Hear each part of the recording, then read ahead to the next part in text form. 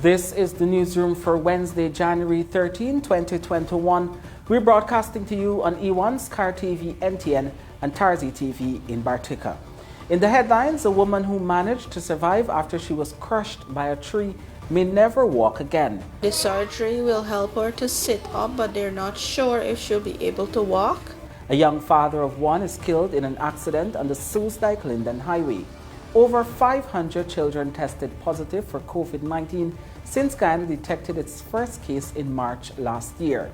The government ends a 5-year delay for the new Northwest Ferry with the signing of a US $12.7 million contract with the Indian government. And in sport, 3-week high-performance camp geared to assess West Indies women ahead of crucial engagements in 2021, says new head coach. With the news, I'm Kurt Campbell. We're glad you can join us. First up, life for 45-year-old Sunita Prasad will never be the same again. She was severely injured when a tree fell on her at Success squatting area East Coast Demerara in October last year. After spending weeks in the hospital, the mother of 3 was finally discharged in December. She now requires 24-hour care as she sustained spinal injuries, a broken leg, fractured ribs, and damage to the brain.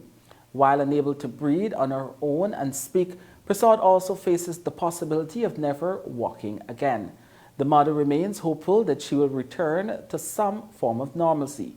Her daughter, Nafisa Prasad, spoke with the newsroom's Isanella Patwa on Wednesday.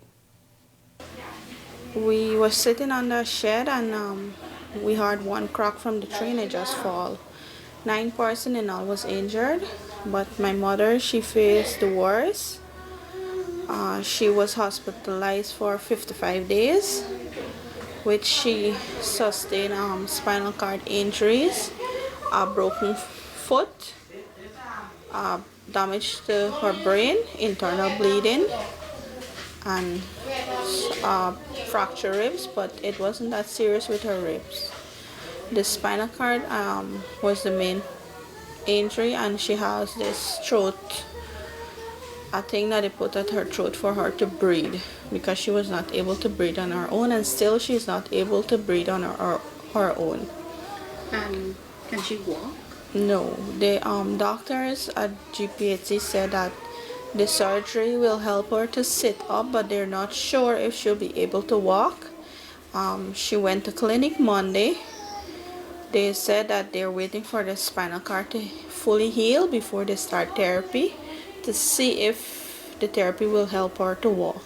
The spinal cord injuries, they had to open her back and fix the bone. It was tangled up, so they had to dismantle and make it back straight because her spinal cord is not like normal. It was in a different position.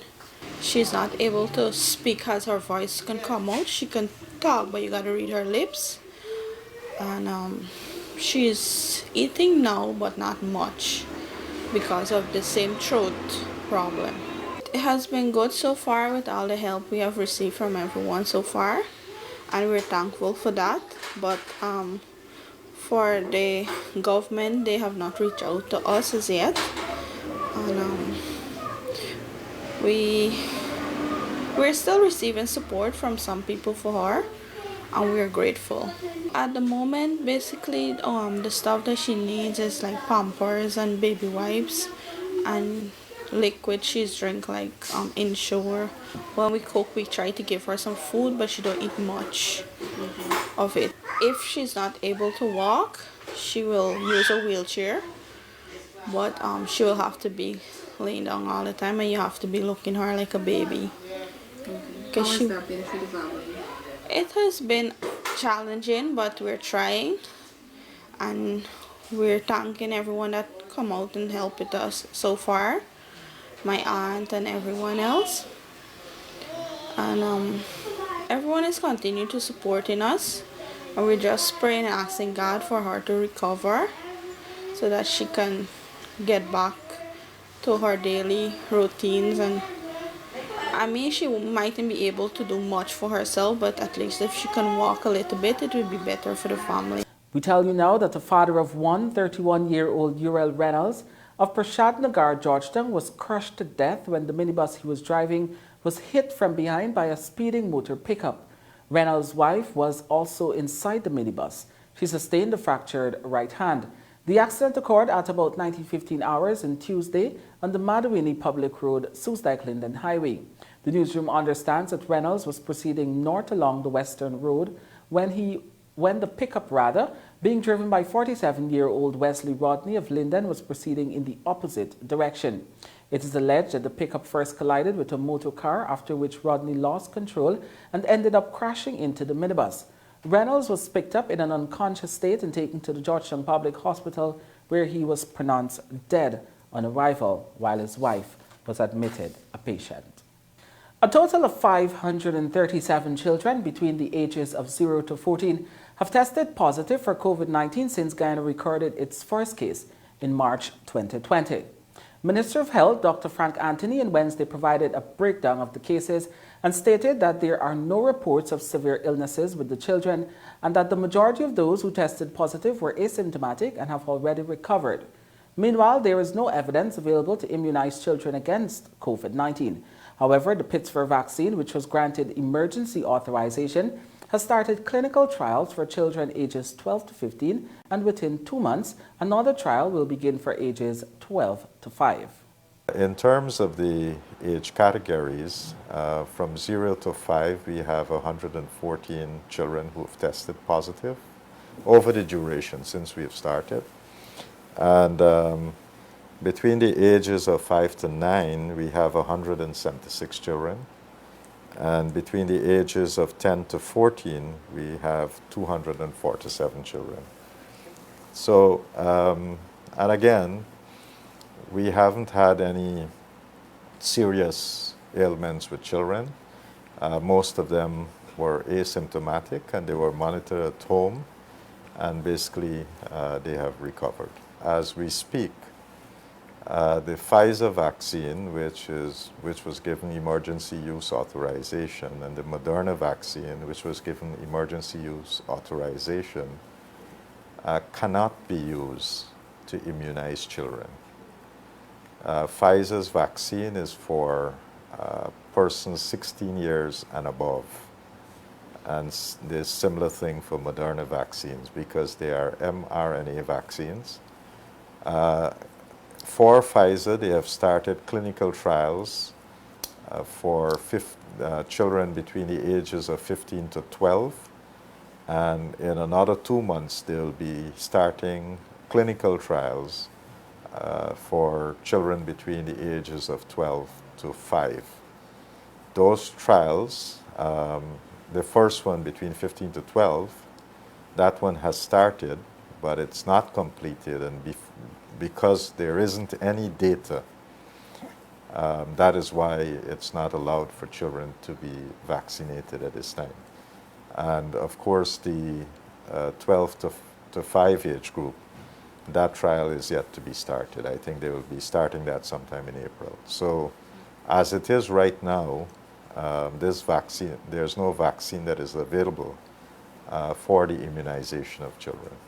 Guyana on Wednesday recorded 43 new COVID-19 cases from 195 tests. This takes the total number of confirmed cases to date to 6,696. Region 4 recorded 50 new cases. Region 6 recorded 11 new cases. Region 7 recorded 4 new cases, and Region 10 recorded 5 new cases. Regions 1, 2, 3, and 5 each recorded 2 new cases.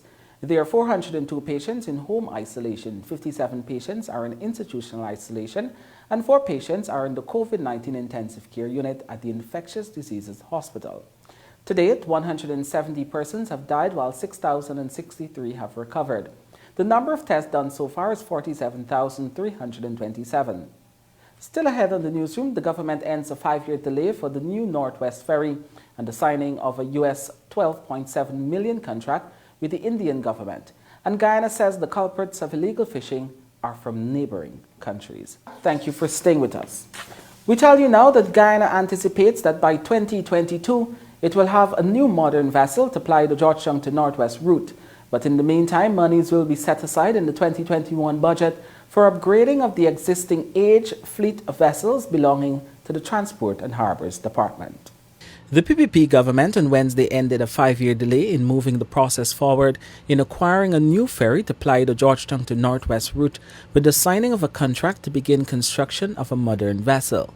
The contract was awarded to one of India's leading shipyards, Garden Reach Shipbuilders and Engineers Limited, to the tune of US $12.7 million. Minister of Public Works Juan Edgel said the company will be required to build and deliver the fully functional vessel to Guyana within 18 months. This means that the new ferry will not come into operation until 2022. Edgel said the process of acquiring the ferry could have been further along after discussions started with the Indian government during the presidency of Donald Ramotar, while the financing became available some 5 years ago. He claimed that the project was held up by the last government because moves were afoot to award the contract to the highest bidder, which goes against not only Guyana's procurement policies, but that of its bilateral partner. Without not wanting to be a source of embarrassment to the previous administration, they were attempting to award this contract to the highest bidder.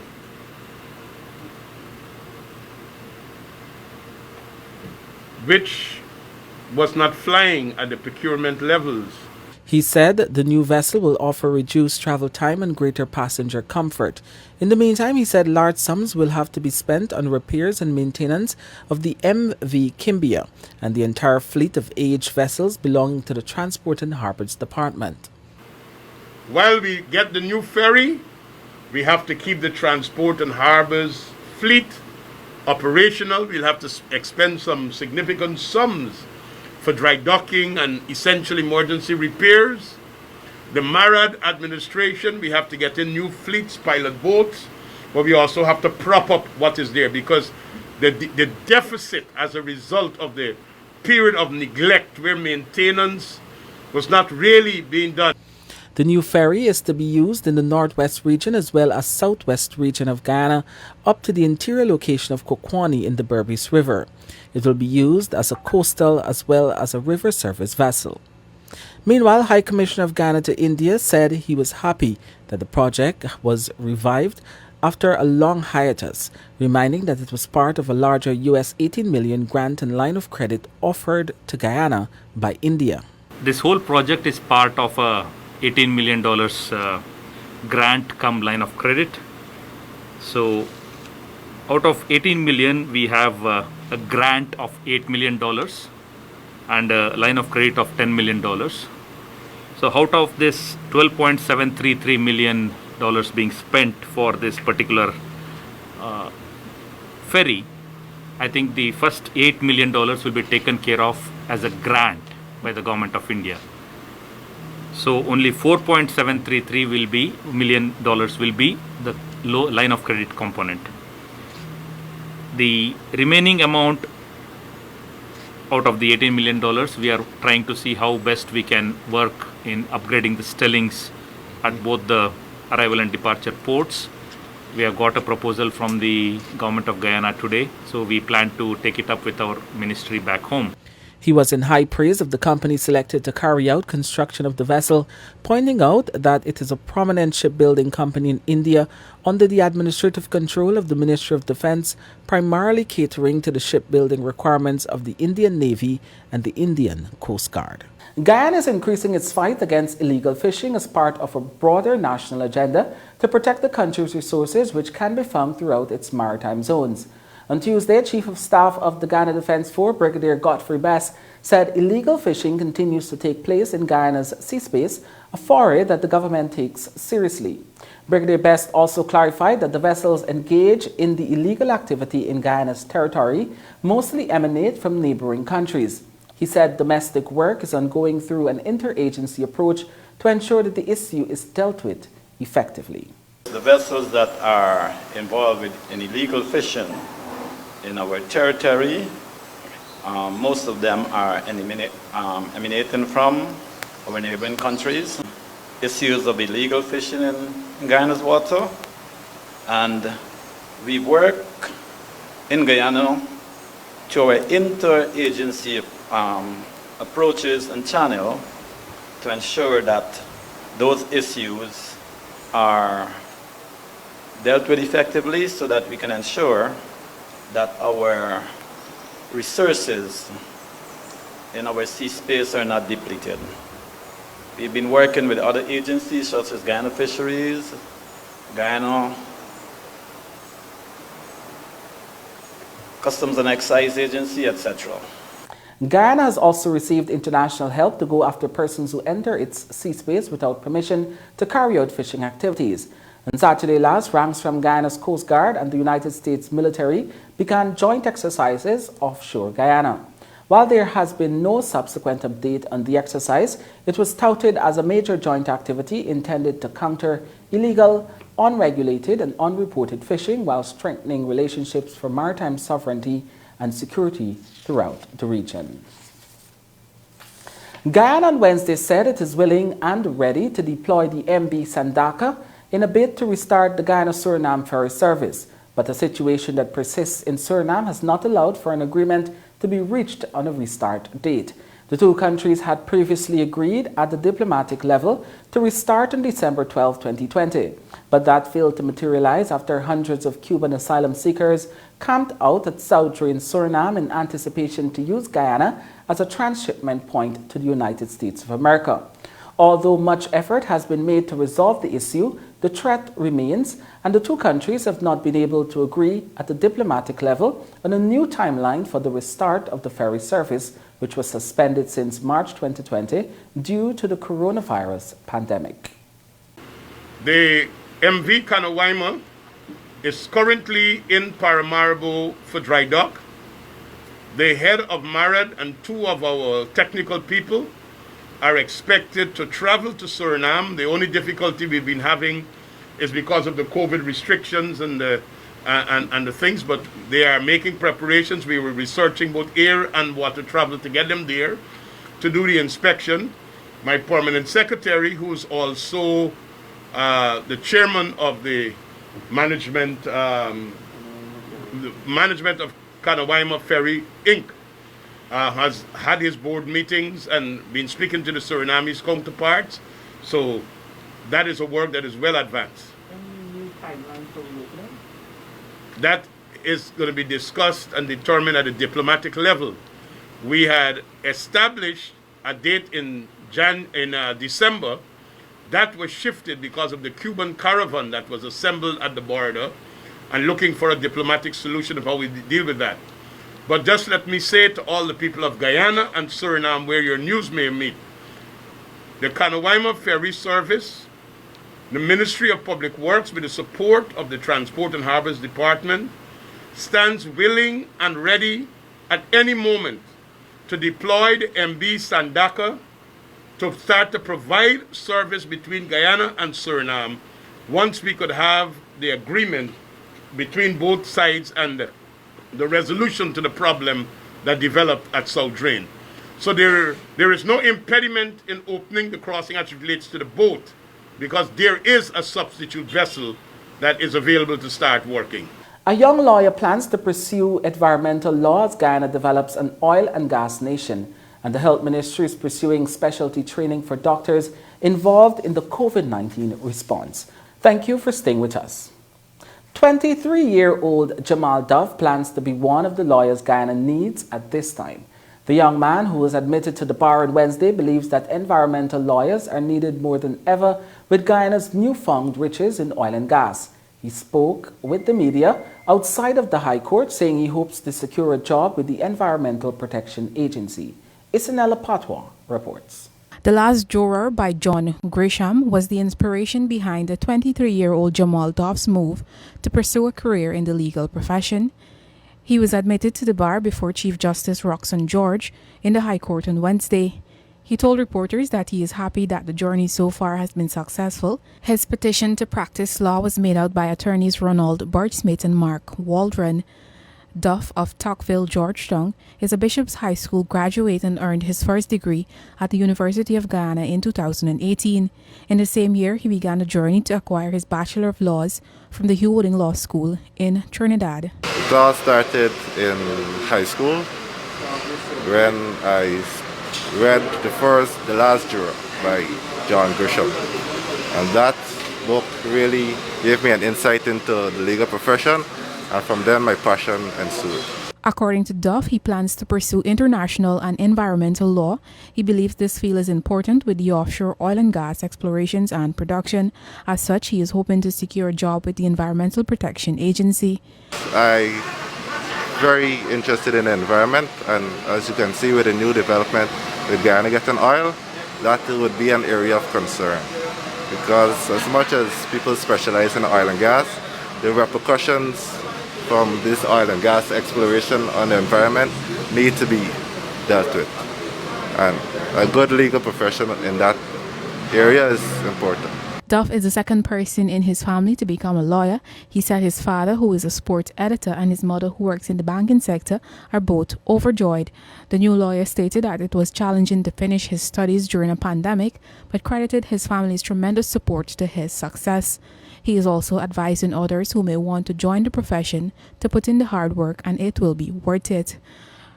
Reporting for the newsroom, I am Isanella Patwo. In order to better respond to the COVID-19 pandemic, the Ministry of Health will be focusing on specialty medical training for health workers.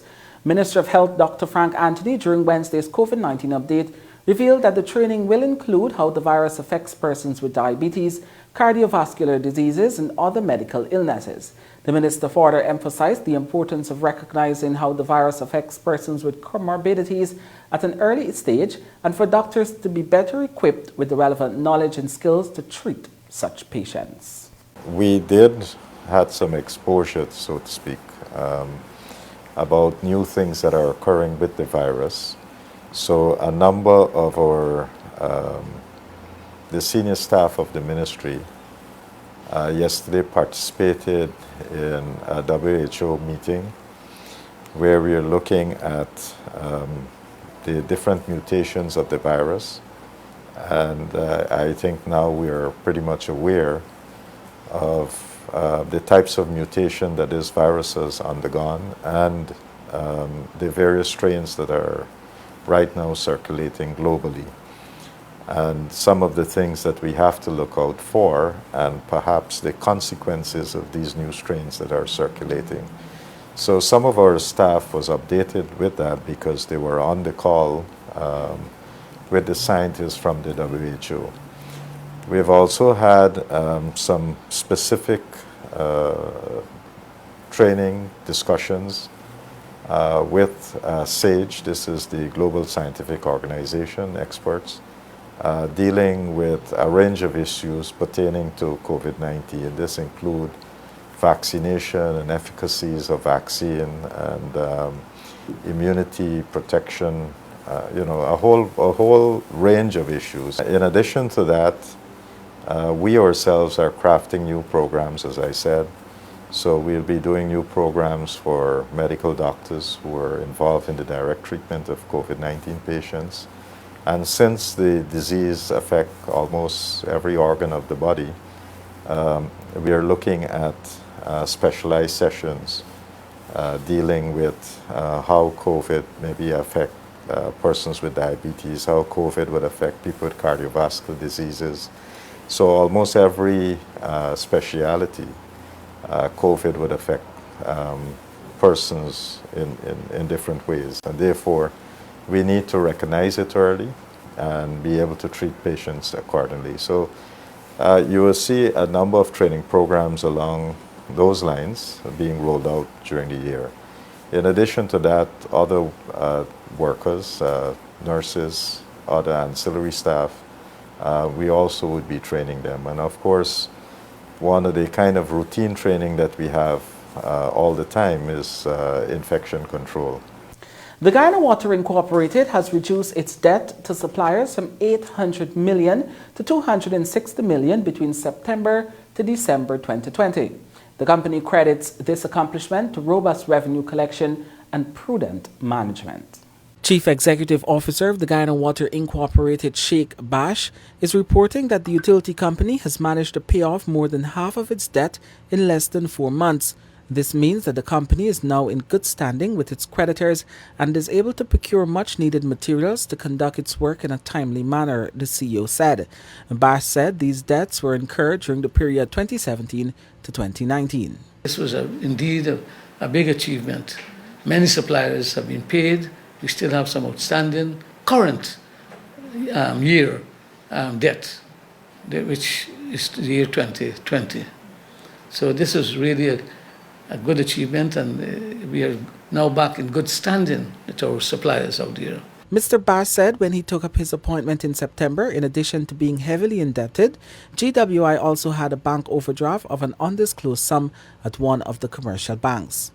GWI had a bank overdraft with a commercial bank, and when a company goes to have an overdraft, it means you're in a desperate financial position. Since September, we have not, although the overdraft facility is there to be used, we have not used it. We have not accessed any credit from the banking system. Mr. Bash credited these achievements to the company's aggressive revenue collection drive during the latter part of 2020. Despite the COVID-19 pandemic, he said that by the end of December, GWI had surpassed its 2019 revenue collection for the same period by 22%. We had a very strong and aggressive drive for revenue collections, despite the fact that 2020 COVID was here, and COVID really took a toll on people's ability to pay. But we have been able to surpass, at the end of December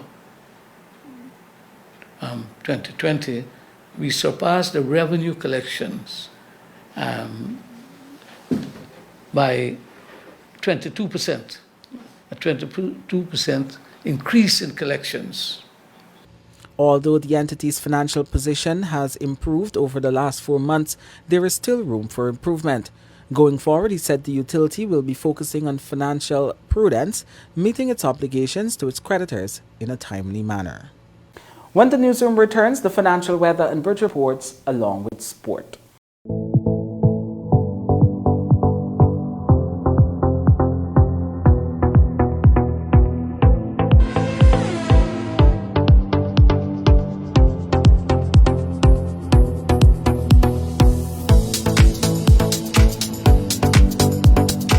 Welcome back to the newsroom. Now for a look at what's happening in sport. We start things off with some cricket news. Newly appointed West Indies women head coach Courtney Walsh says the 3 weeks high performance camp is geared to assess the players ahead of a major international engagements later this year. Walsh made the comment during a virtual press conference with media representatives on Tuesday. 24 leading West Indies women cricketers gathered in Antigua from last weekend for a training camp at the Coolidge Cricket Ground. The camp is the first face-to-face assignment with the players for new head coach Courtney Walsh and his technical support team, who will conduct a 3-week high-performance program for a mixture of senior and new players. As I say, it's the first assignment. It's the first chance we've had to get the women back in the camp since the last tour of the UK.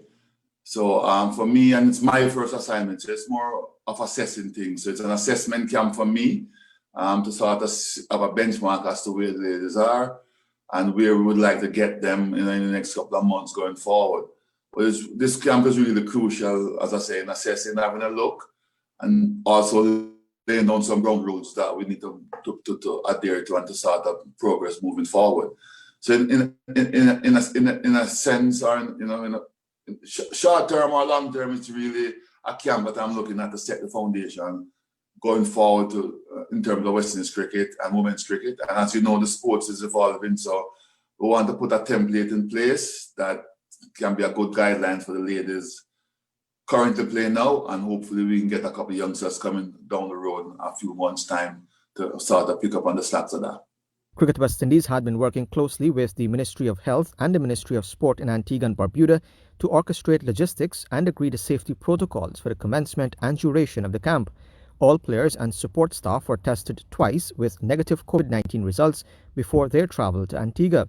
The players and support staff are training and living in a biosecure bubble for the duration of the camp, during which they will have 4 more tests conducted.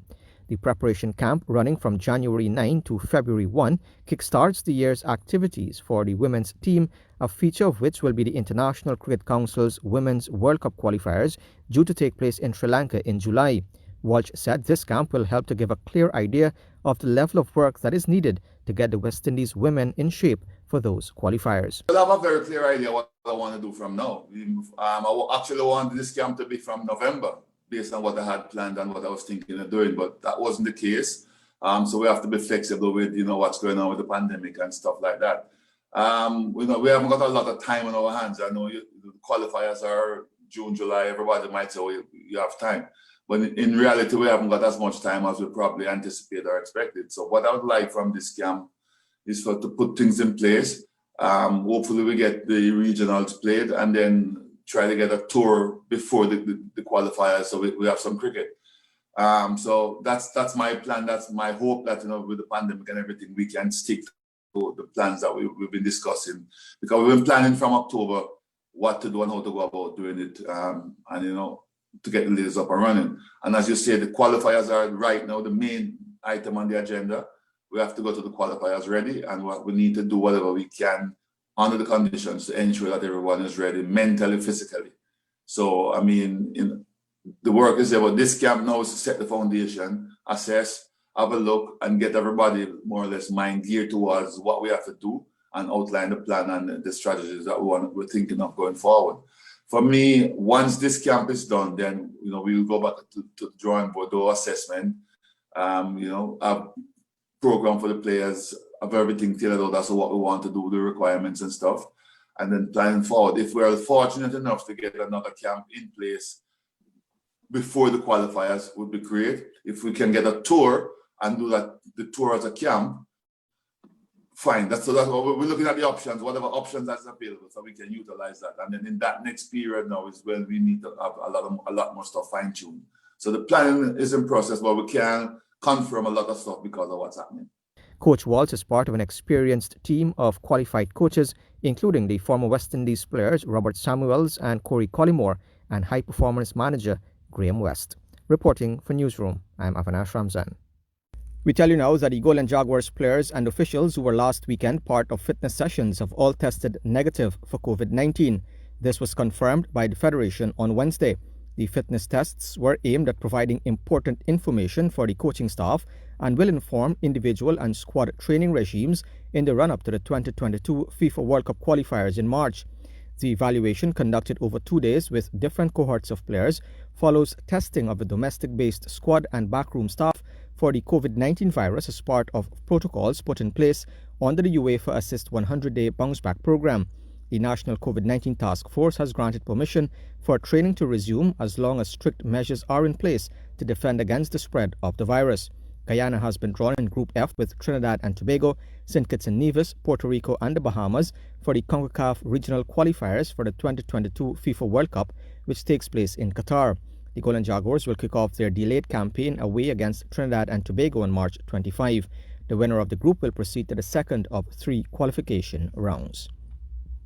Now, of the active West Indies Test cricketers in the format, Craig Brathwaite's 64 matches are the most by a player currently. While he has found a way to succeed as an opener, his returns as interim Test captain have been far from successful. He's hoping his third tour to Bangladesh can break the jinx. Akeem Green reports. Between 2017 and 2019, the Barbadian led West Indies, in the absence of Jason Holder, in 5 tests and lost all. He was captain on the last tour to Bangladesh in 2018-2019, where the hosts dominated the visitors in the 2 tests. His ascension back to the realm of leadership is a curious case, since he was replaced as long-standing vice-captain for the previous series in New Zealand, so that he can focus more on his batting during the lean patch.